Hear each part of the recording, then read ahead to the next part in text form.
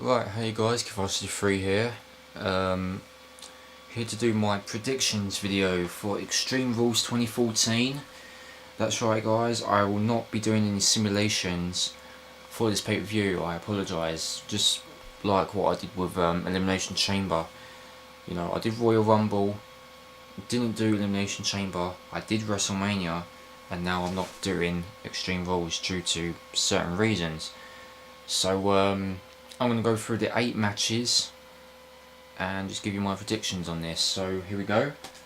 So the first one here, we've got El Torito versus Hornswoggle in a Wii LC match.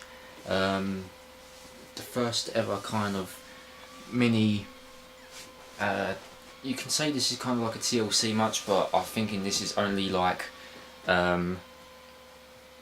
ladders and chairs. So your basic steel chairs and probably the step ladders that they use. Wow, I cannot believe that this match is official. El Torito, of course, we've seen him in like a bunch of matches with Los Matadores. Hornswoggle, ever since I've seen him face El Torito in a bunch of matches, I'm thinking, is that really Hornswoggle? He's changed so much since the last time I saw him on you know, either on Raw or SmackDown. I just remember him just being the Leprechaun with Finlay, and then going his own way, winning the Cruiserweight title back in 2007. Then he had to vacate the title, and then just after that I do remember he was in a Royal Rumble. I believe that was actually 2011, if I'm not mistaken, or 2010 Royal Rumble. And then I know that Hornswoggle wasn't able to talk, but he got that Christmas wish. Mick Foley being Santa Claus and now giving him the ability to talk. And then that was probably the last time I saw him, I think. And looking at him now with like long hair and teaming up with 3MB, I'm thinking, wow, Hornswoggle changed over the years. It's just weird seeing him like this now. I just remember him as the good old Leprechaun with the short hair now, and now he's just teamed up with 3MB out of the blue. But yeah, sure, few of Torito and Hornswoggle's matches, pretty interesting in a way. This match, I believe, either Los Matadores or people like Drew McIntyre and Jinder Mahal will get involved in this match. So I'm probably gonna have to pick El Torito for winning this match, because just all the moves he does aside the ring in Los Matadores.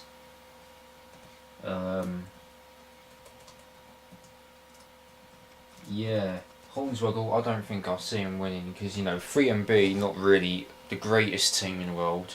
Sure, they had a few wins here and there, but they're not as good. I think 3MB should actually get a push, to be quite honest with you, or 3MB can just split up and make their own way, because I kind of liked Drew McIntyre as like a solo kind of guy. Jinder Mahal just does his own thing. Heath Slater, I only liked him when he was like in the Nexus, and that was about it. So I'm probably have to pick El Torito for this one.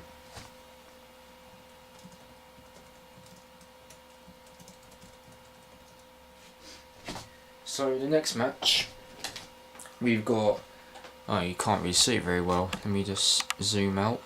So here is R-Truth and Xavier Woods facing Alexander Rusev, the Bulgarian Blut, in this 2-on-1 handicap match. I'm just going to say it straightforward, Rusev is going to pick up the win. He's just going to continue his undefeated streak. And I do know for a fact someone like Cena will face Rusev at some point and then end up beating Rusev. So yeah, I'm just gonna say it, like Rusev's gonna pick up the win. Would be surprising to see R-Truth and Woods, do a few double teams and stuff. But Lana's at ringside, so that's going to be quite of a distraction when it comes to getting the pinfall and stuff. So Rusev for the win. Next here we got Tamina versus Paige. Now, of course, we saw the night after WrestleMania, Paige congratulating AJ Lee, and now we haven't seen AJ since because now she's getting married to none other than CM Punk, who left after the Royal Rumble. And you know, AJ's going to be taking some time off, and when she returns, there's going to be a feud with Paige to get the Divas title back from her. Now, Tamina's one of Battle Royal, I think it was on the main event, if I'm not mistaken. And, you know, Tamina just being one of those people that can just be, you know, Tamina's Tamina. I don't know why she teamed up with AJ in the first place. You know, it's just AJ just wants like a bodyguard or something. I know that at some point, because we actually thought about this at WrestleMania, like Tamina turning on AJ and winning the Divas title, but that did not happen. So yeah, who knows? Probably when AJ returns, there will be some sort of feud between AJ and Tamina, battling that to see who will actually face Paige or someone else for the Divas title. But anyway, for this match, I'm going to say Paige is going to retain the title because I don't really see Paige like losing the title anytime soon. You know, she's the youngest Divas champion, only being 21, which is great. So, but I don't really see Tamina being champion anytime soon. So Paige will win. Then the next match, I did know for a fact that this was going to happen.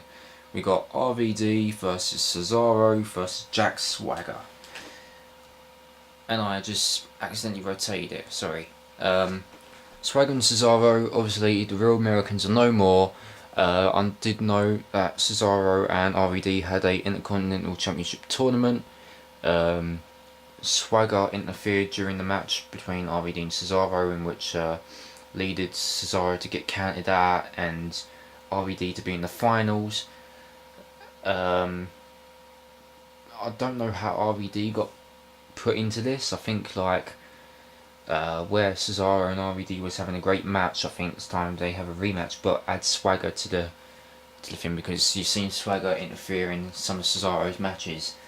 Zeb Coulter and Paul Heyman, of course, will be at ringside, so that's going to be interesting. RVD, he's just returned, so I don't think he's going to pick up the win, to be quite honest with you guys. Swagger, it would be surprising if he picked up the win, but I'm going to have to go with Cesaro. Cesaro's just been one of them guys, you know, Elimination Chamber, he was like, you know, Cesaro, I think he almost had it. He was my pick. Did I say Cesaro or Daniel Bryan to win at the Chamber? But I can't remember. But I do think Cesaro can pick up the win because, you know, now being on his own and being the simple Heyman guy as he is, I do think something could go on between, you know, Swagger and Cesaro's feud against each other. And RVD being a former Heyman guy, I didn't know how that was going to turn out, but there's not much to say about this, so I'm just going to pick Cesaro just because King of Swing, Cesaro, he's done a lot of good things since his debut in WWE. He's done lots of great matches. Obviously, being able to lift up people like the Great Khali, the Big Show, Mark Henry, it's just amazing. So I'm going to have to pick Cesaro for this match. And then the next one, we have the Intercontinental Championship with Big E Langston facing the winner of the title tournament, Bad News Barrett, or formerly known as Wade Barrett. Obviously, he's been picking up a few wins recently. You know, he's fighting again instead of just doing these stupid kind of promos saying, "Oh, I'm afraid I have some bad news." shouldn't say that because I'm from England as well. But Big E Langston, I think it's been great seeing him as the champion, but I think it's time to leave the championship and and my prediction is Wade Barrett winning the title for so Wade Barrett for the win. So he will win his 4th Intercontinental Championship. So I think it's time to for Big E to it was great seeing Big E as the Intercontinental Champion. I think it's time for Wade Barrett to become champion once again. So sorry, Big E. I do like both of these guys, but I think Wade Barrett can actually pull this one off. Then the next match we have here, of course, the WrestleMania rematch, John Cena versus Bray Wyatt in a steel cage match. Now, of course, Cena was lucky to pick up the win at WrestleMania, though I do think that Bray Wyatt can actually win because obviously you got the Wyatts going to be interfering during this match. You got, probably lots of people doing the whole world in his hands thing because that kids choir thing on Raw. This made Cena think his fans have turned on him. So it kind of reminds me of last year's WrestleMania with Triple H and Lesnar. Triple H picking up the win and then Lesnar winning that Extreme Rules. So I do think Bray Wyatt is going to win just for the fact that the Wyatt family is going to interfere during this match anyway, and you've got people just doing the whole world in his hands, and then Bray Wyatt can actually move on to his next target. So Bray Wyatt for the win. Now the next one, the match that we've all been waiting for, Evolution versus The Shield. And once again, I cannot believe that there is no United States Championship match being announced. I don't think Dean Ambrose should be the United States Champion. I've said this many times before. He hasn't really been defending the title. He's just been holding it. It's just been sitting there and he hasn't really put the title on the line. Dean Ambrose really needs to put the title on the line. I would have thought it would have been at Extreme Rules. Probably he could have been in 2 matches. So it could be something like Dean Ambrose versus someone like Mark Henry like last time without the Shield interfering. That would be a good match, and then you got Mark Henry or someone else becoming the new United States Champion. This really has to stop with pay-per-views because I think Dean Ambrose should be on his own, put the title on the line, and then Rollins and Reigns could be like in a simple tag match. That's how I think it should go. I don't know why Dean Ambrose is just holding that title. He's been holding that title for almost a year now.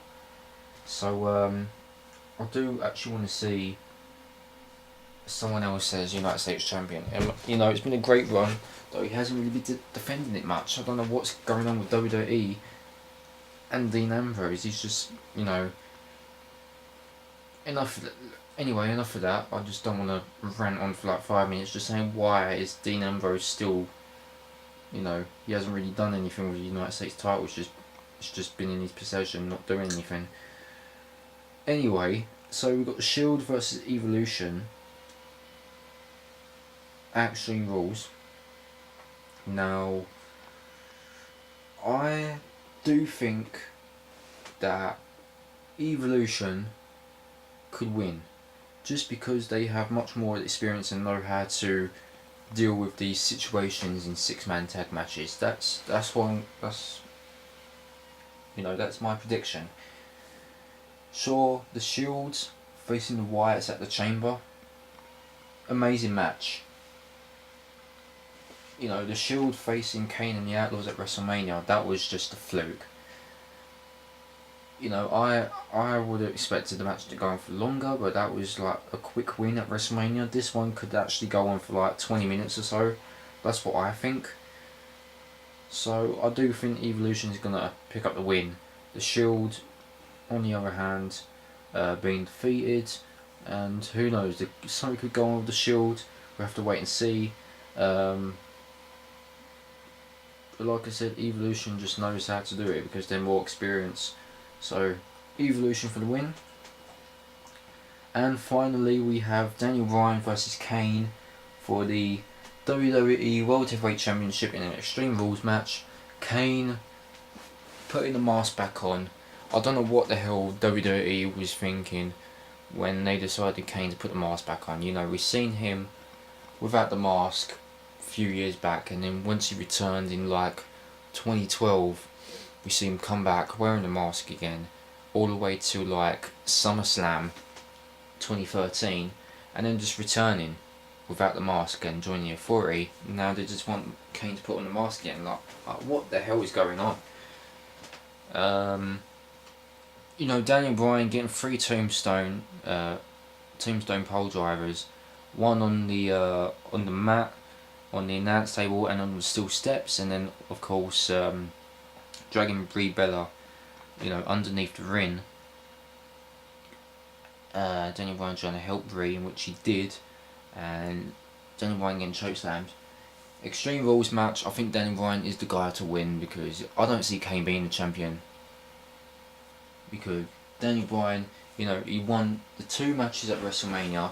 He got his match with Triple H, and you know he's beating the odds at WrestleMania.